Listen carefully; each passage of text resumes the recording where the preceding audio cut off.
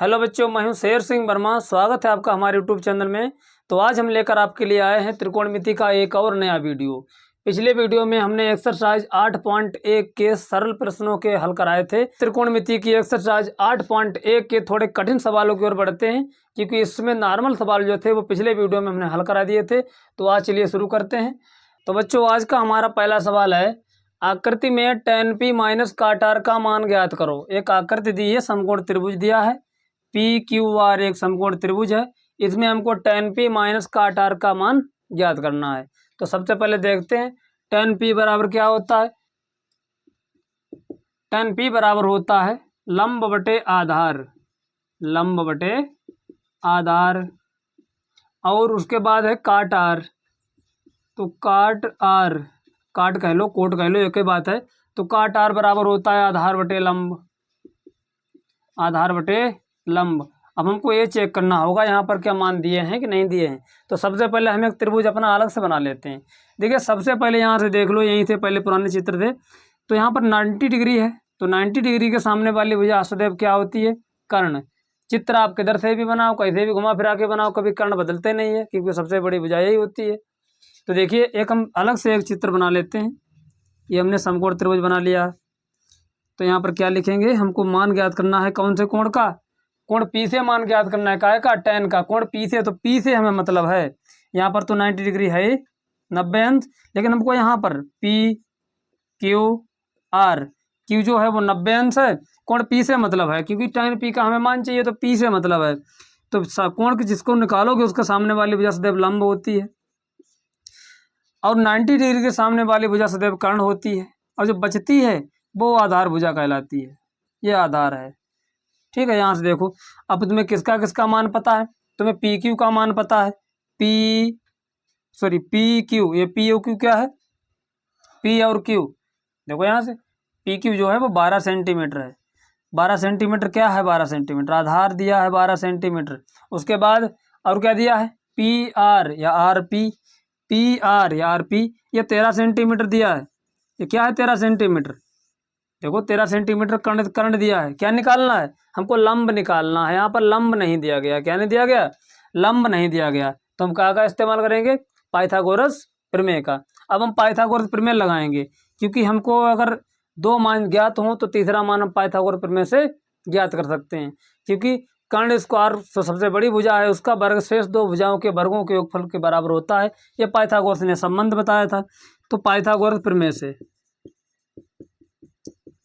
Pythagoras प्रमेय से क्या पाइथागोरस प्रमेय होती है, ये होती है कर्ण स्क्वायर बराबर लंब स्क्वायर प्लस आधार स्क्वायर।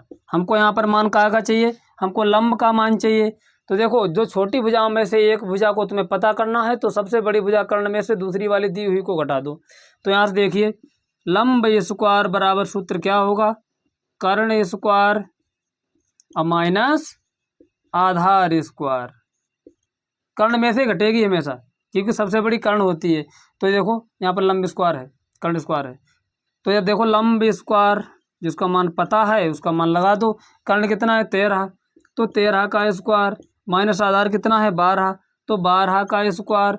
अब कितना हो गया, 13 का वर्ग, 13 13 में 169, माइनस 12 का वर्ग, 12 12 में 144 बराबर। देखो अब 9 में से 4 गए, 9 में 4 के कितने बचते हैं, 5, 6 में से 4 गए 2, 1 में से गया कुछ नहीं।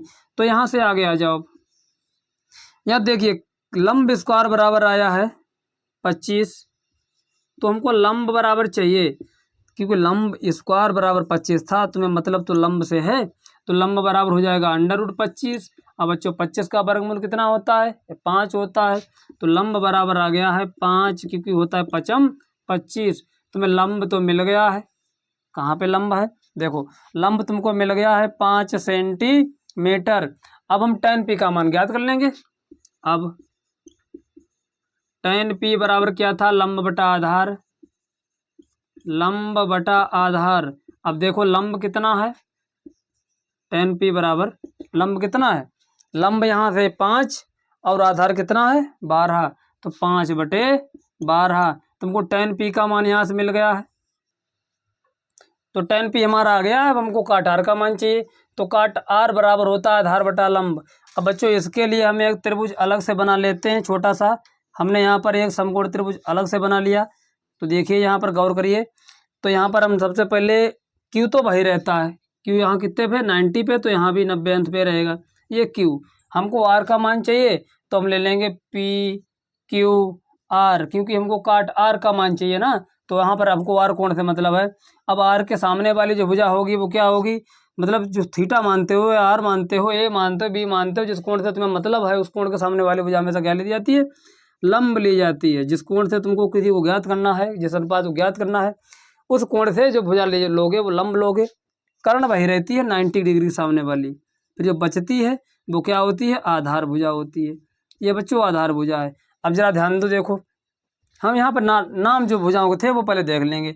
यहाँ पर Q और R कितना था, आर क्यू था 5 सेंटीमीटर, मतलब QR जो था वो 5 सेंटीमीटर था, ये 5 था, QR 5 था। उसके बाद देखेंगे PQ कितना था, PQ था 12। यहाँ से हमारा जो PQ था वो कितना था, 12 सेंटीमीटर। और जो तीसरी कर्ण भुजा बची थी वो कितनी थी, वो थी 13 सेंटीमीटर। ये हमारी थी 13 सेंटीमीटर। अब देखो यहाँ से, अब हमको मान का चाहिए, हमको मान चाहिए काट R का। अब आगे यहाँ से देखते हैं, हमको काट R का मान चाहिए बच्चों। तो काट R बराबर क्या होता है, ये लिखा है आधार बटे लंब। काट R बराबर आधार बटे लंब। तो यहाँ से देखो काट R बराबर आधार कितना है, आधार है 5 और लंब कितना है, लंब है 12। तो आधार है 5 और लंब है 12।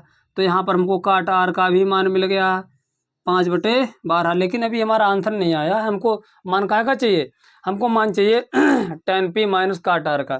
तो देखिए अब मान निकालना है tan p माइनस काट R, बदीनी का मान रख देने। तो देखो tan p का मान क्या आया था, tan p का मान आया था 5/12, माइनस काट R का मान कितना आया था, वो भी था 5/12। अब जितने हैं उतने में से उतने ही घटा दो तो क्या बचेगा, तो 0 बचेगा। घट गया समझो या कट गया, बराबर क्या बचा, 0। अर्थात tan p माइनस काट R का जो मान आया है वो कितना आया है, वो 0 आया है। ये क्या हो गया हमारा आंसर। तो आपके वीडियो समझ में आया होगा, उम्मीद करता हूँ। तो आप लोग सवाल को कतई अच्छी तरीके से लिख लो, अच्छे पेज पे कहीं उतार लो या फिर स्क्रीनशॉट ले लो।